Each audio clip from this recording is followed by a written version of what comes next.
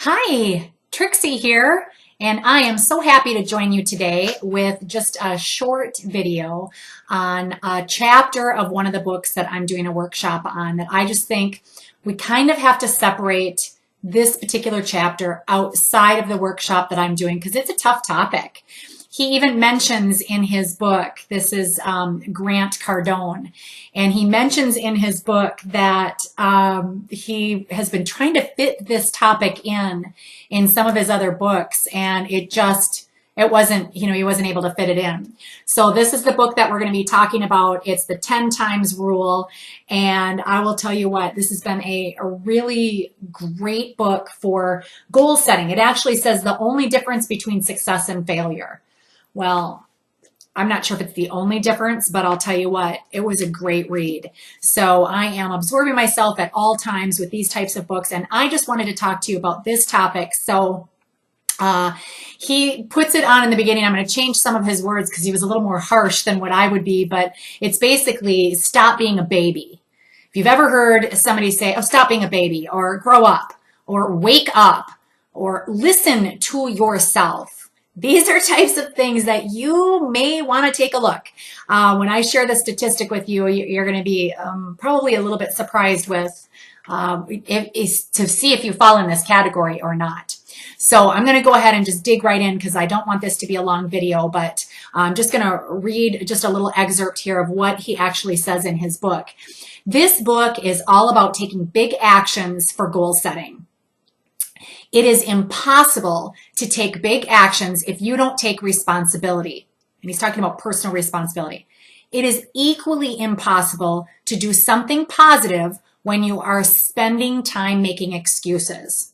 So this whole chapter, and I believe it's chapter 6, covers a high level of self-accountability. So the concept here is to assume control for everything in your life. So again, it goes back to talking about, are you going to be successful or not going to be successful? Are you successful now or are you not successful now? And there's a reason if you have not yet found the success that you're looking for in your life. And it doesn't matter what area we're talking about. This isn't just about money. It's about just success in general. So these people, this is what he says, these people will not do well in creating or attracting success. So crybabies, whiners, blamers, excuse makers, or victims. Now my guess is none of us want to see ourselves in any of those categories. No one wants to be called any one of those types of things. So you need to really decide if that's you or not. So I talk about blind spots. I talk about those in previous workshops. I've talked about those. Those are the things in our lives that maybe we don't see ourselves. So we need an associate to, a trusted, respected associate to point those types of things out for us. A therapist, a third party that you have that type of relationship with. I have a health coach. I have an executive coach for my businesses. I have 2 personal coaches, and I actually have a wonderful massage therapist, but she also does a lot of mental work for me too when she's got me on the bed for an hour. So, I mean, who's coaching the coach is what I always ask. So who are you allowing to kind of be that for you? We all need that. But this part's important, and I think in this book, this is the basis of this book. He says that success is your duty, obligation, and responsibility.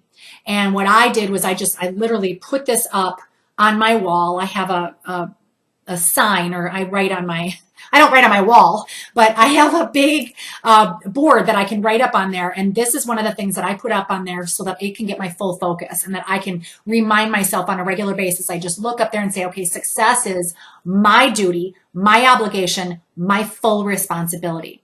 So he also states something that success is and it isn't. So he says what it isn't first. Success is not something that happens to you. It is something that happens because of you. And literally the whole book is written on that particular philosophy. So if you don't buy into that philosophy, you could probably stop the video now, or you could probably just, not get the book or whatever, because that is really something that you'd need to buy into, that, success is not something that happens right to you, that you have control.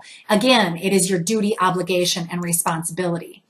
So let's go back to that list, that crybaby list, that blamer list, and really talk about just one of those, one that he really hits hard on, and it's called victim thinking. You are not success thinking if you're victim thinking. So you're either one or the other. And this statistic is pretty alarming. 50% of people, in his opinion, are victim thinkers. So, and I don't think that they recognize necessarily that they're doing that. So it's something that you're going to need to kind of self-check on to find out if you fit into that category. We could probably start with, if that makes you mad at all, you're probably a victim thinker, a VT. But my philosophy is, this is just, my 2 cents, is I have always looked at victim thinkers or blamers as someone who looks out the window instead of looking in the mirror. So when there's a problem or something negative or bad happens, they're looking out the window. So they're looking at something outside of themselves, so another person, a circumstance, whatever, something outside of them that's the problem, instead of looking in the mirror and saying, what was my duty? What was my responsibility? What was in my control? So do you see the difference? So that's what we're looking at today, is this victim thinker. And he's kind of funny about it because he's like, save your hate mail. You know what, if that's you, it doesn't matter. But the whole point is, do you want to change that? If that is you and you identify that as you, there's hope for you, because the first step is, recognizing that that's what you tend to fall into, and then turning from that.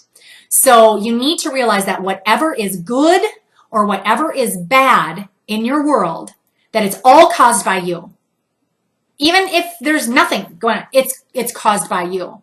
And that's that whole taking responsibility and taking control. So he basically, here's the statement that I've made: I assume control over everything that happens to me, even the things that appear like I do not have control over them. I assume control. Now, I was thinking to a time where, it's pretty recently, it was right before I moved to Texas, or right when I was moving to Texas, actually, that I parked my car outside of this Mexican restaurant. It was kind of on a side road in Stillwater, Minnesota. And I went in and I met a gal for about an hour. It was a business meeting. And I was kind of building some personal rapport with her as well. And I came out of that meeting, came around the corner. Now, I was leaving the next day to drive down to Texas, the 17 hours. I came out of there. I took one look at my car. Parts of my car were in the street. And I just stood there looking at my car. Here, somebody had really smashed my vehicle. Just the front quarter panel, the bumper was kind of laying on the ground. It was not going to be drivable. And I looked at it, and I just kind of looked around. I noticed a note on my window, so somebody took responsibility. That was great. Somebody also came out of a local restaurant and said, "Oh my gosh, is that your car? I saw everything." So I took down his information. Now, I could have blamed the refreshment truck driver. I could have blamed anything, but immediately I remember going, how could I have avoided this? How could I have done this different? I took full responsibility, even though it was an accident, right? Somebody hit my car. But I thought, this is a skinny street and it's a tight corner, and I was right on the corner, and I'm not one to usually park in the street. I try to park in parking lots, and I usually try to park in bigger parking lots. But I remember taking responsibility. So I know I don't fall in that victim thinking. I can think of many other situations in my life. But this was one of those areas that was a really good test for me. How did I respond to something bad that happened to me? Did I take responsibility? So claiming responsibility and control so that I can do something to improve my situation going forward. So I know now, I really think about where I park, especially in situations where that set me back like a week. I was supposed to leave for Texas the next day. I didn't get to go, so my whole schedule changed. I had to bring my car in. I had to get a loaner car for a week. I actually ended up driving that loaner car 17 hours down to Texas. It was a crazy mess. But again, did I spend the time blaming somebody or did I take responsibility? I assumed control. So do not take the position that things happen to you. They happen because of something you did or did not do. This will increase your personal responsibility level, even if it doesn't feel good. It might not even feel good. I mean, it just feels better to make somebody else bad and wrong, doesn't it? I don't want to be bad and wrong for that situation. But in your thinking, it's what can I do differently in order to not be impacted by this, or this. This is especially true for me with negative people in my life. I don't like saying toxic people. You know, I think we also need to be very careful about the words that we're using, especially regarding other people. You will not find, I'm not a labeler. I don't like that. I also don't like, well, I don't like being labeled. There you go. But I just think, again, you're not taking responsibility. If you're so busy worrying about if that person is a narcissist, oh my gosh, is that an overused word? Or if that person is this or that person's that, you know what? Who cares? Then they are that. What is it that you are and how can you take control of your situation? And so I do live in a bubble. I'm in that wonderful Trixie bubble. You can join me there. There's plenty of room. But it's a wonderful place to live where I don't let those types of things affect me anymore. I have in my past, but again, I've taken responsibility. So victim thinking will block you from success. I want you to understand that, my friend. So if you are in that 50% where it's you, I hope you open up your mind to this information and that you're willing to change the way that you look at things and the responsibility that you take. Figure out how to reduce chances of inconveniences from ever happening again. Basically, I look at that about, you know, how I park my car now, truly. But here's a really cool thing that I got from the book. Good things do not happen to the victim. Bad things do. Just ask the victim. So they stated 4 things in the book, 4 consistent things in the life of a victim. You can be sure of these things. I'm just going to read them to you quickly. Number 1, bad things happen to them. Number 2, bad things happen often. Number 3, they are always involved. And number 4, someone or something else is always to blame. Now, if you really think about this and you kind of wrap your mind around it, I know you can think of people immediately off the top of your head that fall into this category. I know I can. I don't want to be that person. That person is not going to find success, and certainly not for a long period of time. They most often cannot see this piece. They most often don't even realize that they're playing the poor me or the victim role. And that is why it is important to have people who are not a bunch of yes people in your life, that they'll actually stand up and say, you know what, we need to talk about this. This is something that you should probably take a look at in your life in a really positive way. Now, the successful thinker, everything that happens in your life comes as a result of your own responsibility, not outside forces. After an unpleasant encounter, then ask yourself, what can I do to reduce my chances of having that ever happen to me again? Now, I even take this into consideration when I have personal issues happen between people in my life, in business, in church, in personal, in family. What can I do? And immediately, I want to take ownership for where I went wrong. And you know what? We all go wrong. We all make mistakes, but is that mistake going to turn into a lesson so that that can catapult you forward? Or are you going to use it as an excuse in your future? So approach each situation as someone who's acting, not being acted upon. Then you'll have more control over your life. So assume responsibility and control over your life. Okay, so if you get the flu, if you get a stomach ache, if you get in a car wreck, if you have a criminal steal your money. I had that happen once. I remember I was a young girl and I put my money purse down as I took a drink of water at the water fountain. And when I left the water fountain, I didn't even get far. And all of a sudden I remember, oh, my money purse. I ran running back and it was gone. Now I had the choice of saying, oh my gosh, that irresponsible, dishonest person, and that person should have, and that person have. No, I was irresponsible by setting my money down, tempting somebody who obviously felt their need was higher than my need. And I took full responsibility. I even did as a kid. I look at that. That's funny.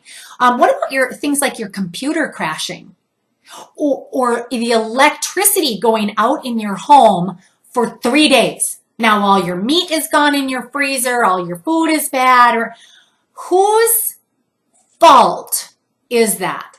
Well, you could spend all the livelong day on whoever was digging outside and hit the electricity, or the electricity going out because of the storm or whatever. What is your responsibility? What could you have done differently? Well, guess what? You could have had a generator.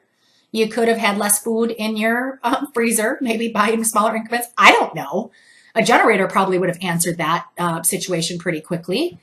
But it's how you are responding to what happens in your life. Nothing happens to me.